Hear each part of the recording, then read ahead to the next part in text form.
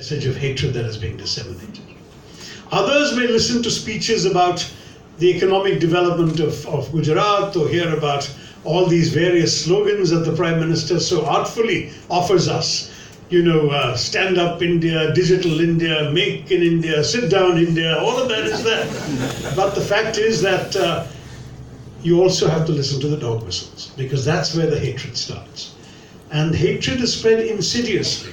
It is spread through words and through the lack of words. It is spread through outright statements like the ministers I quoted, and it is also spread by gestures. We had, in that tragic incident I referred to, when Mohammed Akhlaq, the father of an Indian Air Force Havildar, was murdered outside his own home. The person who led the mob that committed the murder died of natural causes a few months later, and before his cremation, his local MP, who happened to be a minister of the central government, came and draped an Indian flag on the man who led the mob. What kind of signal does that convey? Another minister has garlanded 7 or 8 people accused and convicted by a lower court of mob lynching. He says they had been freed on bail and they are appealing, and therefore he felt that they deserved his support, but that he regrets garlanding them now. Too late, the damage is done. Convicted mob lynchers have been garlanded by a minister. Now, these are the kinds of signals, words and gestures that are spread around the country. We have to understand that when we speak about standing up against hatred, the job is an immense one, because the hatred is being encouraged from the very top. I have to say that Swamiji's presence here is particularly important on this issue, and I hope that he will speak not only to the kinds of points that Ramesh ji and I, and I'm sure M.M. Hassan, will raise, but that he will also speak as a Swami. Because I have, as you know, just recently published a book called Why I'm a Hindu. But he is not just a Hindu, he's a Swami. He is somebody who has studied the ancient texts, who understands the principles of the faith, who embodies and incarnates the values of Hinduism in his own person. And as a Swami, I'm sure he will tell us that hatred is something that has no place in the Hindu faith.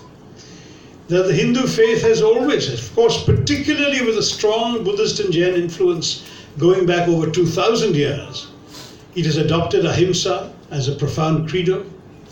It has taught very broadly a very important lesson.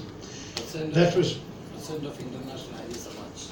I'm the president of the Arya Samaj, of the International Arya Samaj. So anyway, he has taught us a lesson, and he will speak to you all himself. But I was going back to Swami Vivekananda, who, in speaking to the World Parliament of Religions in Chicago in 1893, made those historic addresses.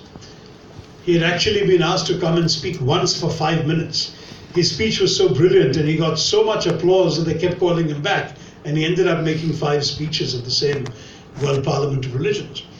And in one of those speeches, I think it was the very first one, he said, "I'm proud to stand in front of you to speak for a religion that has taught the world not just tolerance, but acceptance."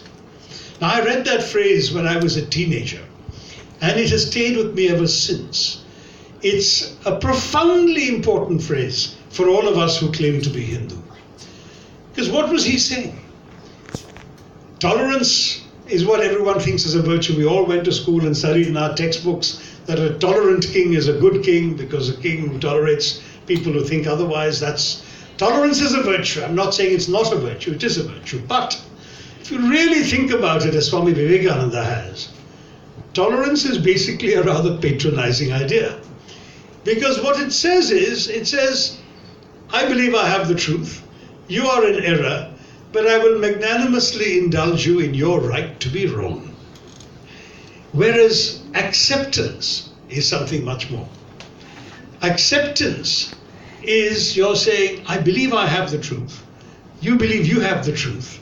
I will respect your truth. Please respect my truth. That is the basis of Hinduism as Swami Vivekananda described it. That is certainly the Hinduism practiced by Swami Agnivesh and by Hindus like myself. And there are many of us in the Congress party who are quite proud to say we are Hindus, but we are Hindus in the Vivekananda tradition and not in the Savarkar Golwalkar tradition that the BJP celebrates today.